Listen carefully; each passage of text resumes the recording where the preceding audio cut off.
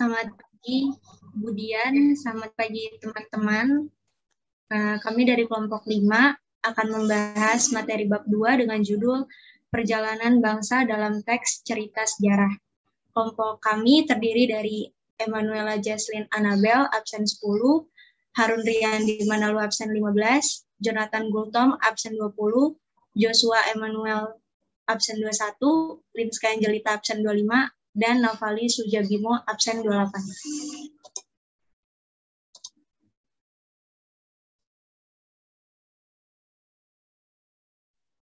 Oke, sekarang kita masuk pada subbab A, yaitu menentukan informasi penting dalam teks sejarah. Nah, di subbab A ini itu dibagi menjadi 3 ya teman-teman. Itu ada yang namanya pengertian teks cerita sejarah, ada pula ciri-ciri teks cerita sejarah, dan yang terakhir ada jenis teks cerita sejarah gitu. Nah, jadi sekarang kita bahas yang pertama dulu. Jadi kita sekarang membahas tentang pengertian teks cerita sejarah. Nah, sebelum masuk ke pengertian teks cerita sejarahnya, kita harus tahu dulu apa itu pengertian sejarah. Jadi, sejarah itu adalah kejadian atau peristiwa yang benar-benar terjadi di masa lampau. Nah, sejarah itu pun itu perlu didukung yang namanya bukti-bukti yang terdapat dari catatan atau perkataan orang tua yang hidup di zaman itu atau zaman dulu.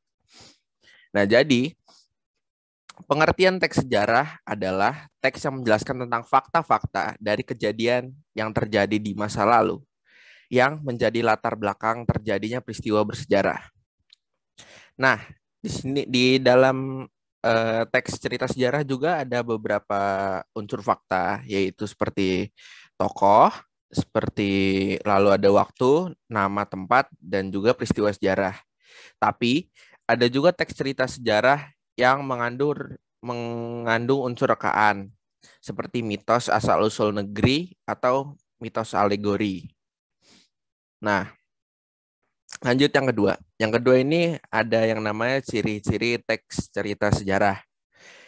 Nah, perlu diketahui bahwa teks cerita sejarah itu berbeda dengan teks sejarah.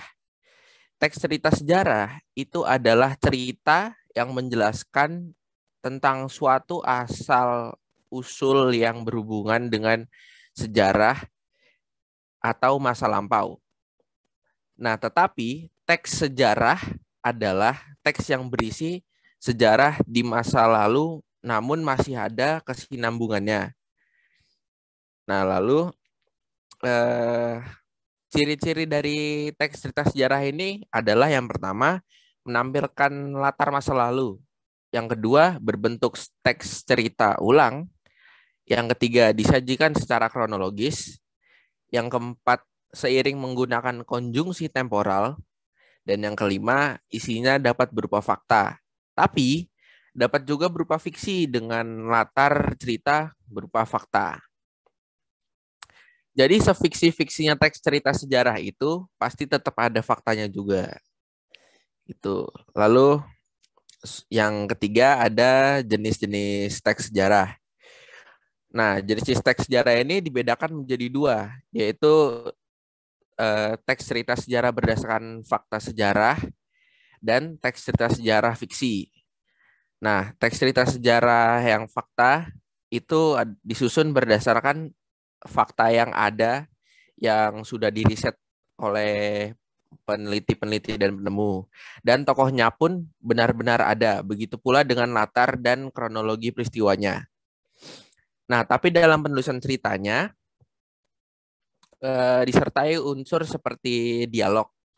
Oleh karena itu, makanya cerita ini makin menarik untuk dibaca. Nah, contohnya bisa kita lihat teman-teman di halaman buku paket halaman 24. Di situ ada contoh bagaimana teks cerita sejarah berdasarkan fakta sejarahnya. Lalu kita lanjut ke yang teks cerita sejarah fiksi. Jadi teks cerita sejarah fiksi itu teks cerita sejarah yang mengambil latar peristiwa masa lalu. Nah, tapi tokohnya itu fiktif. Tapi latar dan waktu kejadian peristiwa itu adalah fakta. Nah, cerita ini cenderung lebih imajinatif ketimbang teks cerita sejarah berdasarkan fakta. Nah, kayak tadi, sebagai contohnya bisa kita lihat juga di halaman 24.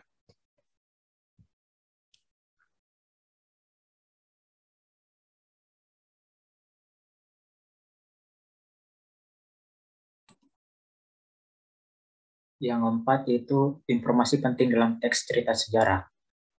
Berikut langkah-langkah menemukan informasi teks cerita sejarah, yaitu sebagai berikut. Yang pertama yaitu membaca teks cerita atau novel sejarah secara seksama. Yang kedua, mengidentifikasi pokok isi dalam teks cerita atau novel sejarah. Yang ketiga itu mencatat pokok-pokok isi dalam cerita atau novel sejarah. Nah, dalam teks cerita sejarah ini informasi merupakan unsur pembangun.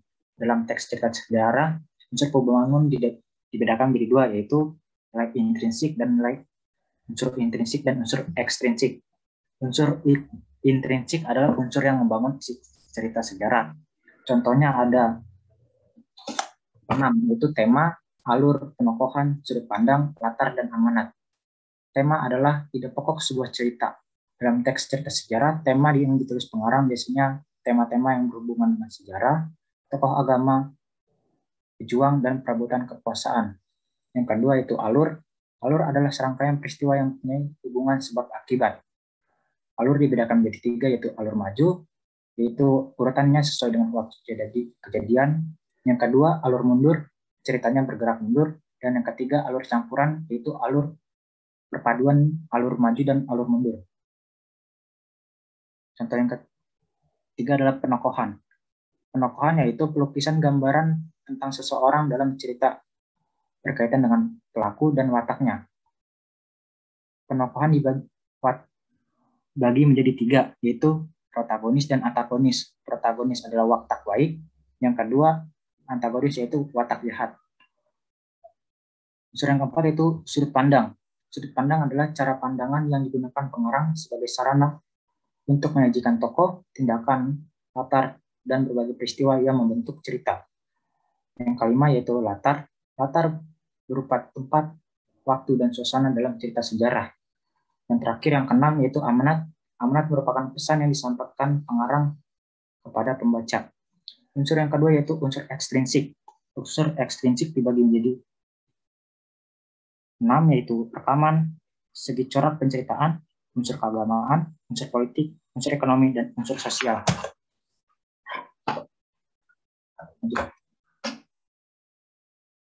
Lanjut.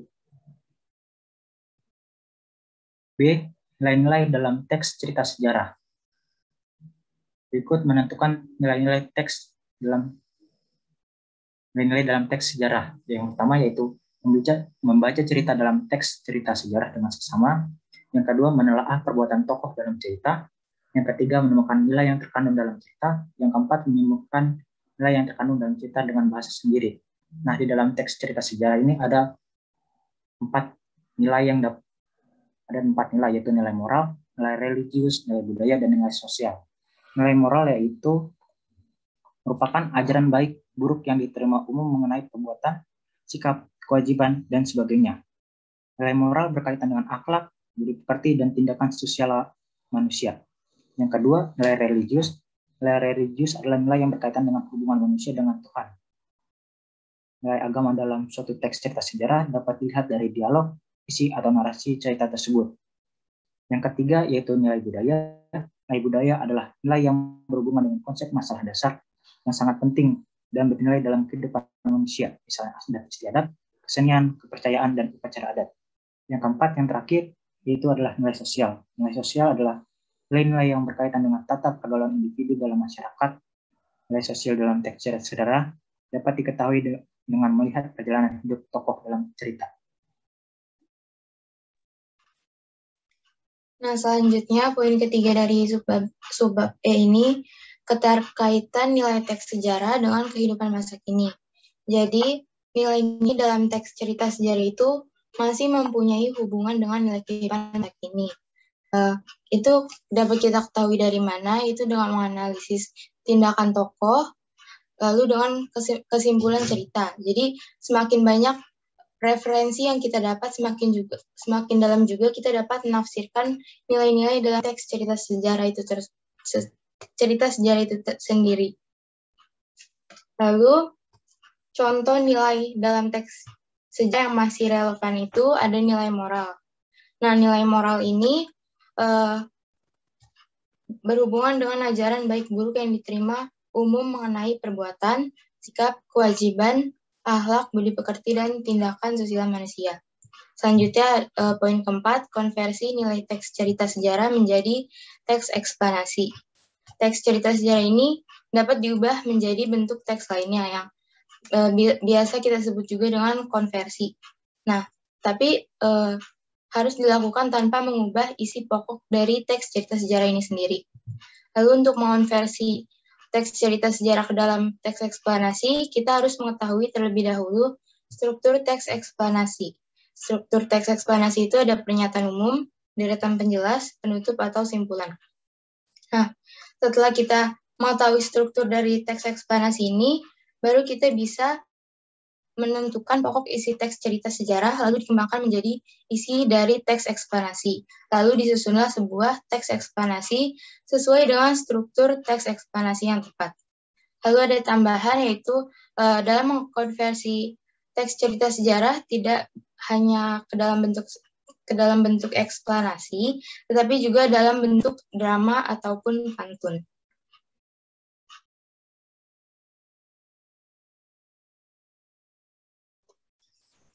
Oke, selanjutnya menelaah kebahasaan teks cerita sejarah.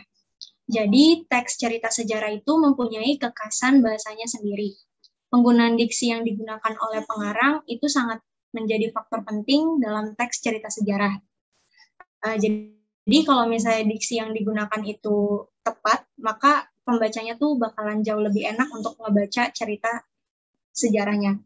Nah, di sini tuh ada beberapa ciri kebahasaan teks sejarah. Yang pertama adalah keterangan. Keterangan itu adalah fungsi kalimat yang mudah berpindah posisi. Keterangan itu juga berfungsi untuk memberi informasi tambahan dalam suatu kalimat. Jadi keterangan itu juga bisa ditaruh di awal, tengah, atau di akhir kalimat, kecuali di predikat atau di objek. Ada beberapa jenis keterangan. Yang pertama adalah keterangan tempat. Keterangan tempat itu dia berfungsi untuk menerangkan tempat kejadian suatu cerita sejarah. Contoh preposisi yang digunakan untuk menandai keterangan tempat itu adalah di, ke, dari, dan di dalam. Lalu selanjutnya keterangan waktu. Keterangan waktu itu berfungsi untuk menerangkan latar waktu kejadian di dalam sebuah teks cerita sejarah. Preposisi yang digunakan untuk menandai keterangan waktu itu adalah pada, dalam, sesudah, sebelum, dan setelah. Selanjutnya, keterangan alat. Keterangan alat itu berfungsi untuk menandai alat yang digunakan untuk melakukan sesuatu. Preposisi yang digunakan untuk menandai keterangan ini itu adalah kata dengan. Selanjutnya, keterangan tujuan. Keterangan tujuan itu berfungsi untuk menerangkan tujuan dalam melakukan sesuatu. Preposisi yang digunakan untuk menandai keterangan ini adalah agar, supaya, demi, bagi, dan dalam. Selanjutnya, keterangan cara. Keterangan cara itu berfungsi untuk menerangkan cara melakukan sesuatu, dan preposisi yang digunakan untuk menandai keterangan cara ini adalah dengan cara dan secara. Selanjutnya, keterangan penyerta. Keterangan penyerta itu berfungsi untuk menerangkan penyerta dalam sebuah kalimat. Preposisi yang digunakan untuk menandai keterangan ini itu adalah beserta dan bersama. Selanjutnya, keterangan perbandingan. Keterangan perbandingan ini berfungsi untuk membandingkan dua aspek, baik aspek yang sama maupun aspek yang berbeda. Preposisi yang digunakan itu adalah bagaikan, seperti, dan laksana. Kemudian yang terakhir adalah keterangan sebab. Keterangan sebab ini berfungsi untuk mencari tahu atau menjelaskan alasan dari sebuah kejadian. Preposisi yang digunakan itu adalah karena dan sebab. Lalu selanjutnya adalah tanda petik. Tanda petik itu memiliki beberapa fungsi. Yang pertama adalah tanda petik berfungsi sebagai pengapit petikan langsung.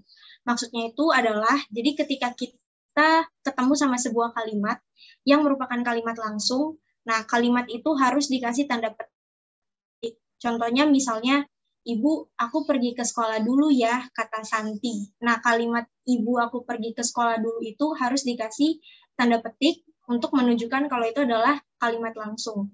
Lalu yang kedua adalah pengapit judul. Pengapit judul ini, jadi biasanya kan kita kalau mau nulis judul, biasanya sering pakai huruf miring kan. Tapi kalau misalnya kita tulis tangan, itu pasti susah banget buat nulis huruf miring. Jadi cara lainnya supaya jauh lebih mudah, kita bisa pakai tanda petik untuk menulis judul. Lalu yang terakhir adalah tanda petik berfungsi sebagai pengapit istilah yang kurang dikenal dan istilah bermakna khusus. Contohnya misalnya seperti halnya sebuah novel, tidak semua tanda petik bunga-bunga yang ditulis dalam novel ini benar-benar dialami oleh Bung Hatta. Selanjutnya adalah yang ketiga, kata sifat. Kata sifat adalah kata yang menerangkan nomina atau kata benda. Jadi kata sifat ini tuh punya ciri-ciri juga, dia bisa disatuin sama kata lebih dan kata sangat. Ada beberapa contoh kata sifat, misalnya kaya, miskin, cungkring, besar, rapi, dan itu bisa disatuin dengan kata lebih dan sangat. Contohnya lebih rapi, sangat besar, sangat cungkring, dan lain-lain. Selanjutnya adalah bahasa kias. Bahasa kias adalah penyimpangan penggunaan bahasa oleh penutur dan pemahaman bahasa yang dipahami sehari-hari atau penyimpangan makna suatu kata agar memperoleh beberapa arti khusus. Nah, bahasa kias ini biasanya terdapat pada makna simbolik dan ungkapan. Makna simbolik itu apa sih? Dalam teks sejarah itu, penulis atau pengarang sering menggunakan simbol-simbol dalam penulisan teks cerita sejarah. Dan simbol-simbol yang dibuat sama pengarang itu punya maknanya tersendiri, dan simbol itu juga bisa dipahami oleh pembacanya. Nah, contohnya misalnya kayak mengangguk-ngangguk yang merupakan simbol persetujuan atau mengiyakan sesuatu, atau bisa juga menggeleng-geleng yang artinya simbol yang tidak mengiyakan sesuatu. Lalu selanjutnya ungkapan. Ungkapan adalah kelompok kata atau gabungan kata yang menyatakan makna khusus yang makna unsur-unsurnya sering menjadi kabur atau mempunyai makna baru. Contohnya itu misalnya, Bagas memberi senyum bunglon kepada teman-temannya. Senyum di sini tuh bukan senyum mirip bunglon, tapi artinya itu maksudnya senyum palsu. Terus contoh selanjutnya, misalnya, mampukah Cakradara menjadi tulang punggung mendampingi istrinya menyelenggarakan pemerintahan? Nah, tulang punggung di sini bukan tulang beneran, tapi artinya sandaran atau sumber kekuatan.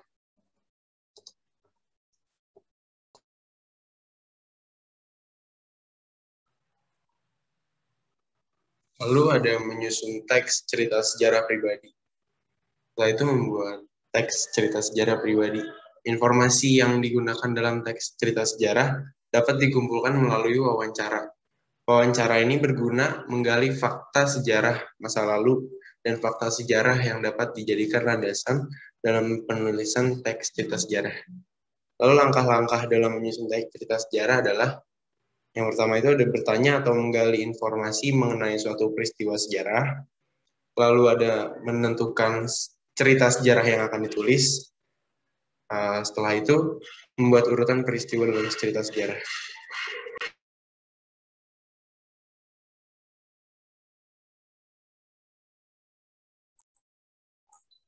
Menyunting teks cerita sejarah. Jadi langkah-langkah yang dapat dilakukan untuk menyunting ialah sebagai berikut. Yang pertama, kita membaca keseluruhan naskah teks cerita sejarah dulu. Habis itu mencermati kesalahan ejaan, penulisan ataupun tanda baca, terus memperbaiki kesalahan yang ditemukan.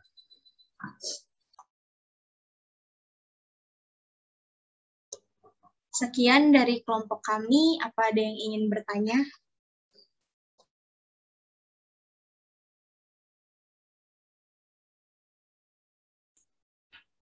Saya mau tanya,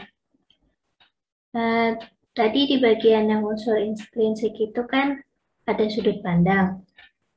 Sudut pandangnya itu kan ada banyak juga kan. Ada sudut pandang orang pertama pelaku utama sama sudut pandang orang pertama pelaku sampingan. Nah, bedanya itu apa?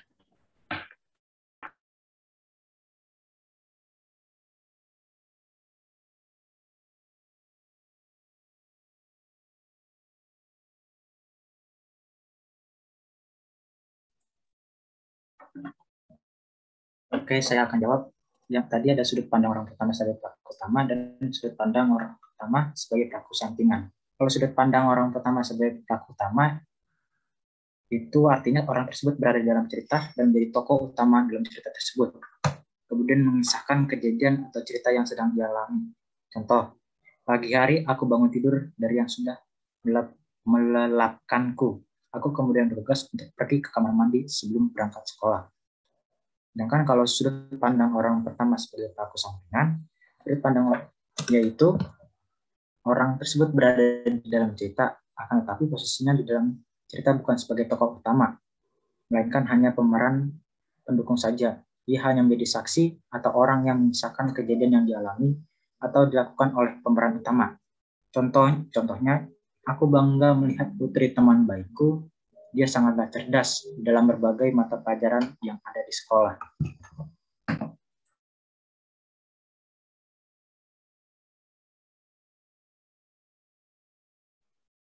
Ada lagi yang mau nanya?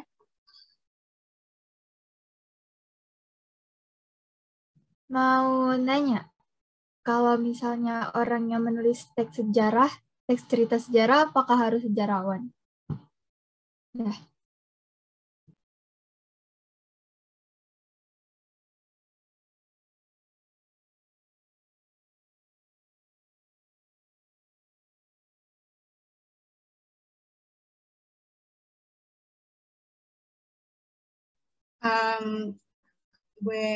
Aku bantu jawab.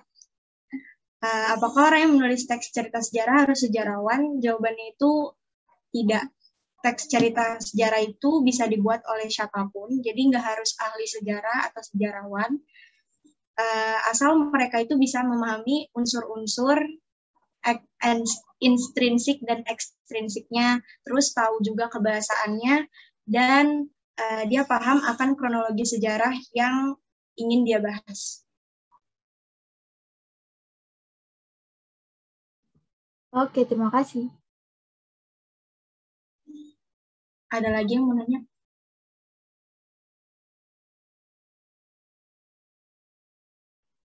Oke, sekian dari kelompok kami. Mohon maaf apabila ada kesalahan kata atau kesalahan dari PowerPoint kami. Kami ucapkan terima kasih.